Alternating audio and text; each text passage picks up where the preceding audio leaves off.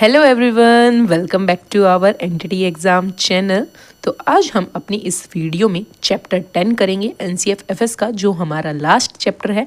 अगर आप यहाँ तक पहुँच गए हैं तो वेल डन गाइस, आप बिल्कुल सही ट्रैक पर हैं और ऐसे ही अपनी तैयारी को मजबूत करते रहिए। तो लेके माँ सरस्वती का नाम शुरू करेंगे आज के अपने अध्ययन को। एक सहयोगी पारिस्थितिकी तंत्र का निर्माण करना, क्रिएटिव सपोर्टिव इकोसिस्टम, मतलब कि जो हमारा स्कूल का एनवायरनमेंट है वो इस तरीके का वातावरण हमें वहाँ पर बनाना है ताकि बच्चे को पढ़ने लिखने खेलने कूदने डेवलप होने हर एक डोमेन में, मतलब बच्चे को हेल्प मिले, उसका होलिस्टिक डेवलपमेंट हो। ओवरऑल बात यही है। तो शुरू करते हैं।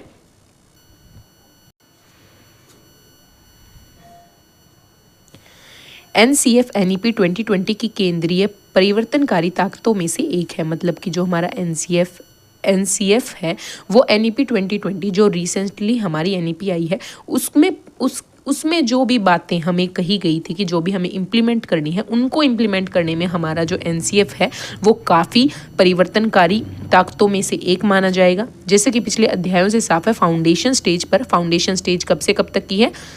3 to 8 ईयर की। एनसीएफ की पाठ्यचर्या को लागू करने के लिए विषय वस्तु, शिक्षण शास्त्र और आकलन के स्तर पर कई काम करने होंगे। इस सब के लिए एक सहयोगी माहौल की ज़रूरत है। इसे संभव बनाने के लिए इस हिस्से में अध्यापकों, पदाधिकारियों, अभिभावकों और समुदायों की भूमिका पर चर्चा की गई है। तो इस चैप्टर में हम अपने अध्यापकों, जो हमारे पदाधिकारी हैं, अभिभावक हैं और जो हमारी कम्युनिटी है, उन सब के बारे में बात की गई है, जिसको हम अपने इस चैप्टर में देखेंगे। आपको ये इतनी सुंदर सी पिक्चर स्कूल की दिखाई गई है, जिसमें एक शिक्षक सभी बच्चों को कोई ना कोई गेम खिला रही है बाहर अपने नेचुरल एनवायरनमेंट में। बच्चों को क्लासरूम में बंद करके नहीं रखना है, उन्हें बाहर भी एक्सप्लोर करवाना है। तो आज हम अपनी 10.1 करेंगे, शिक्षकों को सक्षम और सशक्त बनाना। जब हमारे टीचर्स ही प्रॉपर सक्षम होंगे, बच्चों को पढ़ाने में सशक्त होंगे, तो वो हमारे बच्चों को ओवरऑल डेवलपमेंट करने में बहुत हेल्प करेंगे। ये जब आप एक टीचर बन जाएंगे तब आप अच्छे से अनुभव कर पाएंगे। इसलिए समय समय पर हमारी ट्रेनिंग्स भी करवाई जाती हैं ताकि हर एक एस्पेक्ट से टीचर को अवगत कराया जाए कि नए अब इस मॉडर्न टाइम में किस तरीके की सिचुएशंस हैं। तो उन सब से टीचर को time to time training provide की जाती है, उन्हें बहुत सारे टूल्स दिए जाते हैं। तो बहुत सारी चीज़ें हैं जिनको हम इसमें देखते हैं। शिक्षण बौद्धिक और नैतिक रूप से बहुत अधिक अपेक्षाओं से भरा पेशा है। फाउंडेशन स्टेज पर पढ़ाने वाले शिक्षकों में देखभाल करने, ऊर्जा, मेहनत, धैर्य और रुचिकर तरीके से काम करने जैसे विशिष्ट गुण होने चाहिए ताकि वे उन नन्हे विद्यार्थियों के साथ काम कर सकें। अब टीचर को मतलब उसमें धैर्य नहीं है तो मतलब वो छोटे क्लास के बच्चों को मैनेज कर ही नहीं पाएगा, क्योंकि वो बच्चे इधर उधर घूमते रहेंगे, आपसे एक क्वेश्चन को ही 10 बार पूछेंगे, तब उन्हें चीज़ें समझ आएंगी। तो धैर्य की पेशेंस लेवल बहुत होना चाहिए। टीचर में इंटरेस्ट हो कि वो बच्चे को नाच कूद के उछल के सब कुछ दिखा सके। अब किसी टीचर को मतलब वो इंटरेस्टेड ही नहीं है गेम्स में और मतलब एक्टिव प्ले करवाने में बच्चे में, तो वो बच्चों को क्या ही डेवलप करवाएगी। तो ये सभी जो भी खूबियां हैं, रुचिकर हो, धैर्य हो, मेहनती हो, ऊर्जावान हो, वो एक टीचर में होनी चाहिए। शिक्षकों को सक्षम बनाने वाले माहौल सुनिश्चित करना, ensuring and enabling environment for teachers, कि टीचर्स को ऐसा माहौल प्रदान करें कि टीचर ज़्यादा से ज़्यादा हमारे कैपेबल हो सकें। एक अच्छे स्कूल के लिए ऐसी संस्कृति की ज़रूरत होती है जो परस्पर विश्वास और सम्मान पर टिकी हो, जो लोगों को सीखने और साथ काम करने के लिए प्रोत्साहित कर सके।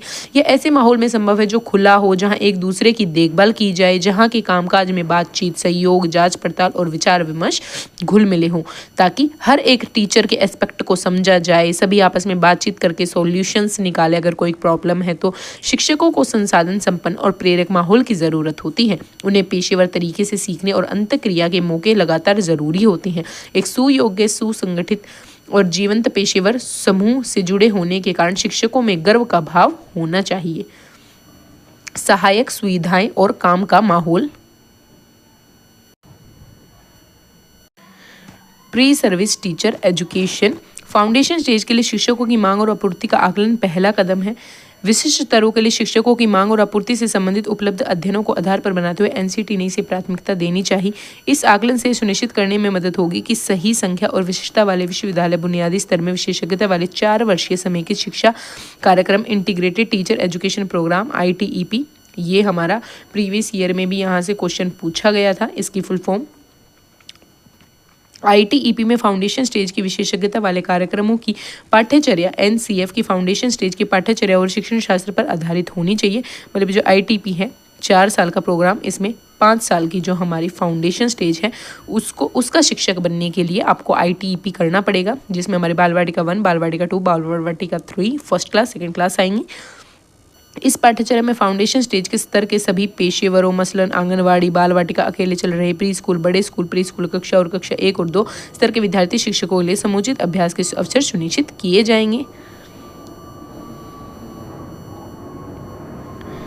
स्कूल स्तरों का पुनर्गठन पूरा होने के बाद फाउंडेशन स्टेज के सभी शिक्षकों को शिक्षक योग्यता परीक्षा टीचर एलिजिबिलिटी टेस्ट, जैसा कि अब तो हमारा जो एंटिटी लेवल पर टीचर बनने के लिए कोई टेट की आवश्यकता नहीं होती, बट इन फ्यूचर टेट की आवश्यकता होगी। अब तो आप अपना एंटिटी का कोर्स कंप्लीट कर लेते हैं, जिसे कहीं कहीं DPSC कहा जाता है, कहीं कहीं ECC कहा जाता है। उसके बाद आप सीधा एलिजिबल हो जाते हैं जॉब वाले एग्ज़ाम को क्वालिफाई करने के लिए। NEP 2020 फाउंडेशन स्टेज से ही शिक्षा के सभी स्तरों को टेट के दायरे में लाने की परिकल्पना करती है। पढ़ाने की योग्यता का यह प्रमाण सभी स्तर के स्कूलों में शिक्षकों को अपने दायरे में ले लेगा। जैसा कि NEP 2020 में कहा गया है, शिक्षकों की भर्ती की प्रक्रिया कठोर होनी चाहिए, जिसमें न सिर्फ लिखित परीक्षा बल्कि साक्षरता और कक्षा में पढ़ाने का प्रदर्शन भी शामिल होना चाहिए। इस पॉइंट को नोट करें। अब तो आपका क्या होता है, आपको एज ए एंटिटी टीचर बनना है। जैसे अब हमारा DSSB का एग्जाम होगा, तो आपने अपना कोर्स कंप्लीट कर रखा होगा। कोर्स के बाद आप नॉर्मल अब अपना DSSB का एग्जाम देंगे और टीचर बन जाएंगे। बट 2-3 सालों बाद ऐसा नहीं होगा।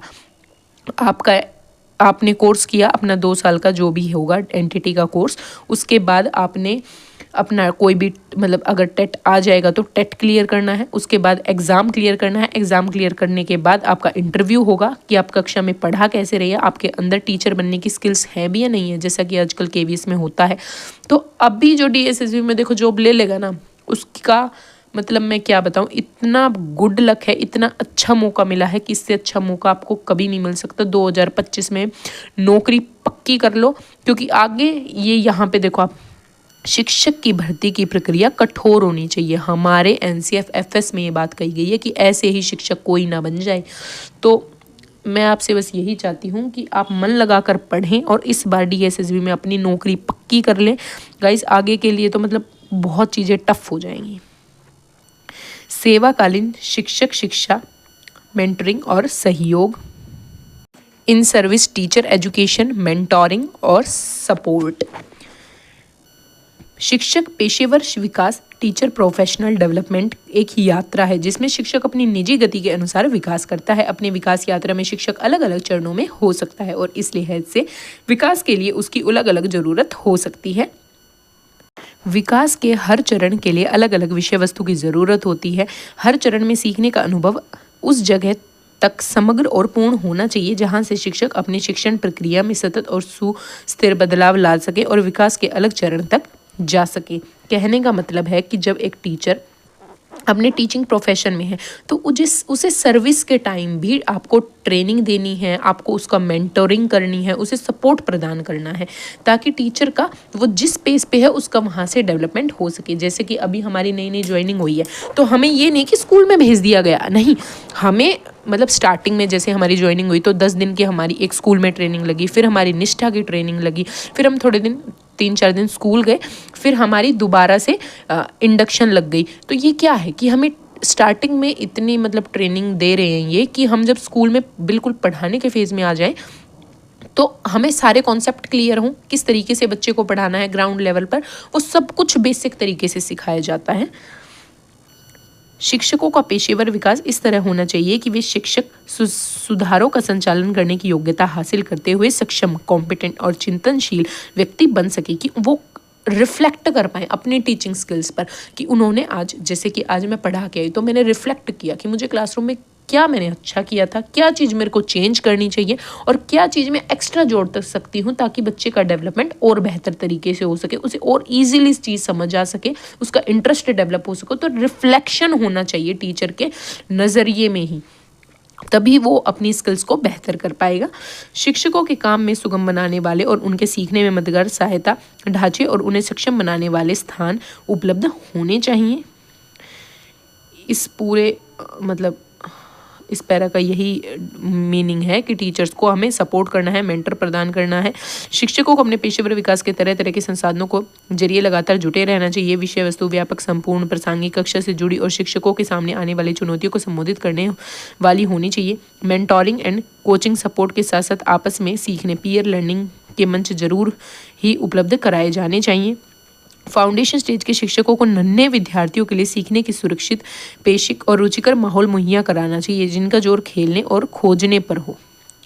हमें ये नहीं कहते ट्रेनिंग में कि बच्चे को कॉपी पेन होनी चाहिए। कॉपी पेन जिस भी बच्चे के बैग में मिल गई ना, मतलब आप अच्छे टीचर नहीं हो। आपको बच्चों को खेल खेल में, एक्टिविटी के थ्रू सिखाना है। क्यों? क्योंकि आपके पास बहुत छोटे बच्चे हैं, नर्सरी लेवल के बच्चे हैं, बाल वाटिका के बच्चे हैं।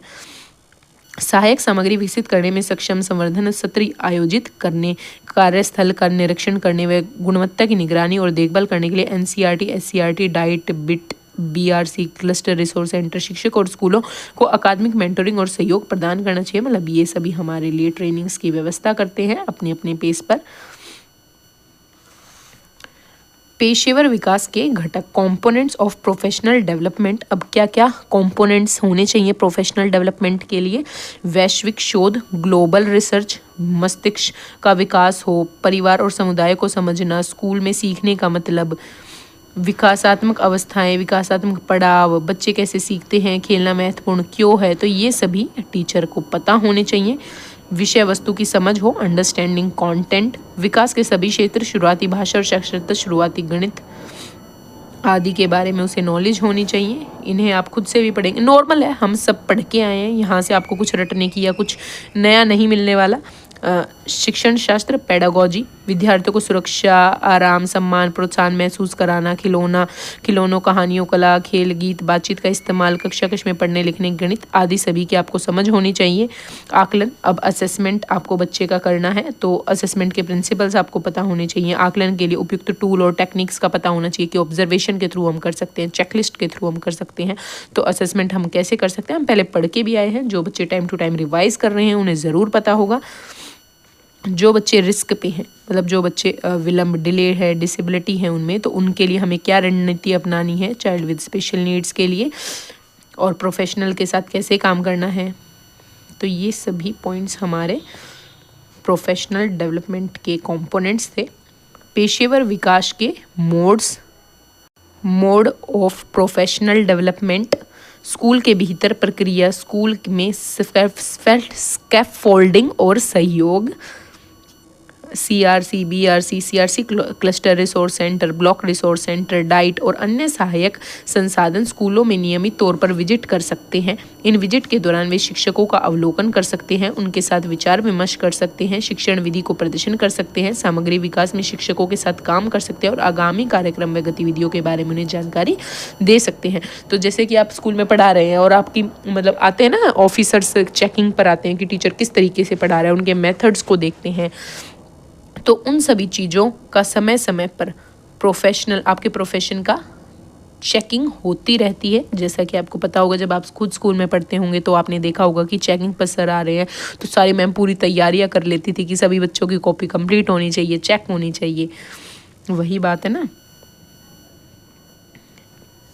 औपचारिक कार्यशालाएं, फॉर्मल वर्कशॉप्स, ये सीखने और विकास के सभी क्षेत्रों पर फेस टू फेस किए गया सत्र है। शिक्षकों के बड़े समूह के लिए 3 दिवसीय आवासीय कार्यशालाओं से लेकर शिक्षकों के छोटे समूह के लिए खास टॉपिक्स पर आधे दिन के सत्र तक ये कार्यशालाएं विभिन्न अवधियों और प्रारूपों में हो सकती हैं कि आप टाइम टू टाइम वर्कशॉप्स करवा सकते हैं बच्चों के साथ। टीचर्स की दीक्षा का इस्तेमाल, दीक्षा की फुल फॉर्म बताना भाई सभी, डिजिटल इंफ्रास्ट्रक्चर, होलिस्टिक मुझे भी याद नहीं आ रही, आपको बतानी है कमेंट बॉक्स में, ठीक है।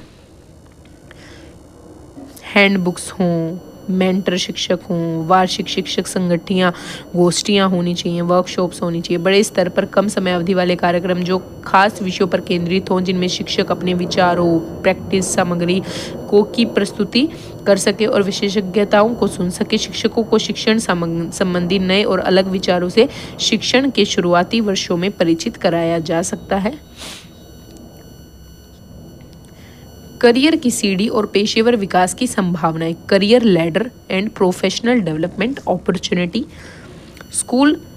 स्कूली शिक्षा में शुरुआती चरण महत्वपूर्ण है और इसके लिए बच्चों की प्रारंभिक बाल्यावस्था शिक्षा में दक्ष सुयोग्य शिक्षक की ज़रूरत होती है। हमारी फाउंडेशन स्टेज एक सबसे बेहतर नींव बनाती है जो हमें आगे की सीढ़ी पर चढ़ने में काफ़ी मदद करती है। तो ये नींव बहुत बेहतर होनी ज़रूरी है, जो कब हो पाएगी, जब हमारे पास एक सुयोग्य शिक्षक होंगे।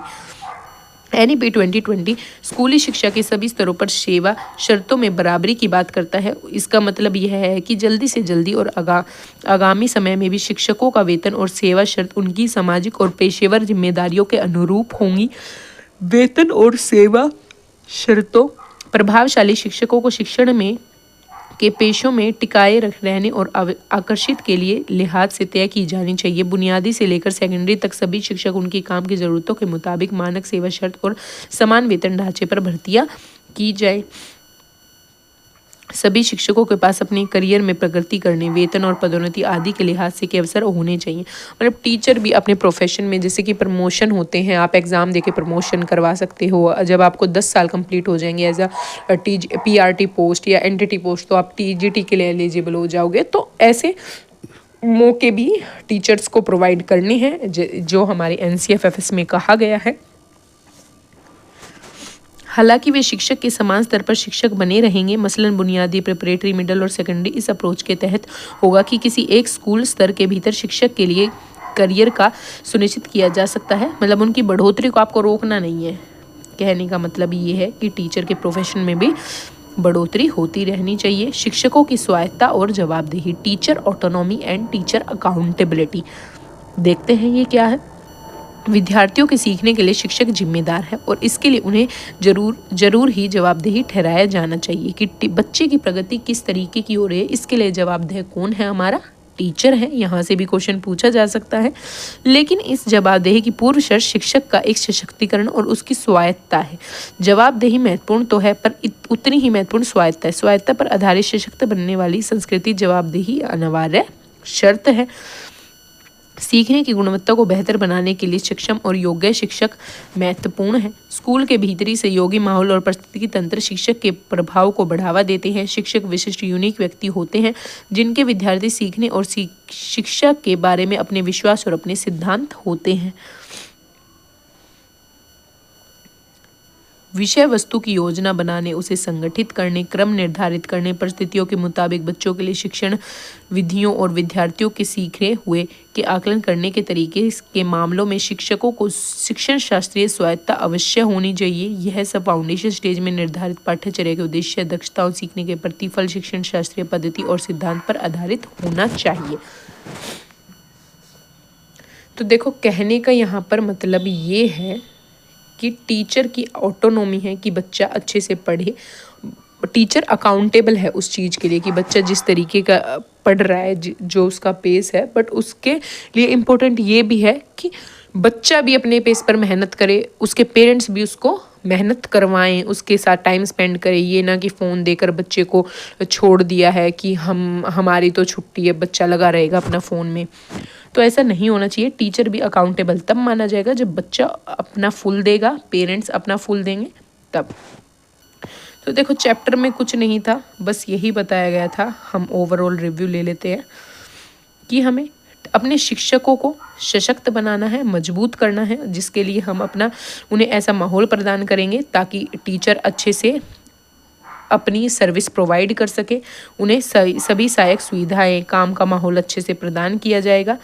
उन्हें सेवा पूर्व शिक्षा दी जाएगी टीचर बनने से पहले, और सेवाकालीन इन सर्विस ट्रेनिंग भी दी जाएगी। ये कुछ मोड्स बताए गए थे, कंपोनेंट्स बताए गए थे जो टीचर्स को आने चाहिए अपनी प्रोफेशन के दौरान। साथ साथ ये भी कहा गया कि करियर की सीढ़ी, अपने विकास को, पेशे को वो डेवलप कर सकते हैं। उनका प्रमोशन एग्ज़ाम के थ्रू उनको ये सभी सुविधाएं उपलब्ध करानी है। तो यही इस चैप्टर में कहा गया था। ज़्यादा कुछ इम्पोर्टेंट नहीं है। हमारी 10.1 कंप्लीट हो गई है। देखो, इम्पोर्टेंट नहीं था बट फिर भी मैंने करवा दिया ताकि आपका ये ना रह जाए कि 10 चैप्टर मैंने पढ़ा ही नहीं, देखा ही नहीं, अब आपकी आंखों से निकल गया, आपको पता चल गया है। तो इसलिए ऐसे करना ज़रूरी था। हमारी छोटी छोटी सी यूनिट बची हैं अब, फिर आप फ्री हो जाएंगे, आपका NCFFS कंप्लीट हो जाएगा। तो मिलते हैं नेक्स्ट वीडियो में।